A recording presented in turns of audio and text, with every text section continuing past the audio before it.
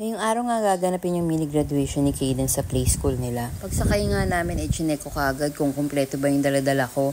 Nagpa-order din kasi ako ng 2 bucket ng fried chicken sa Jollibee dahil yun na lang din yung share ni Kaden sa school nila.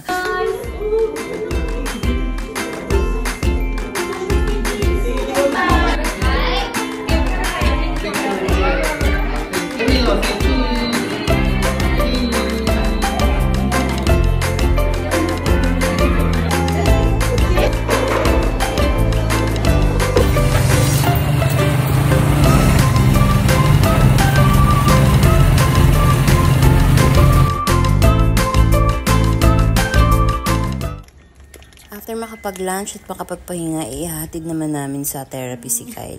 Pag Friday, 1 hour lang naman siya.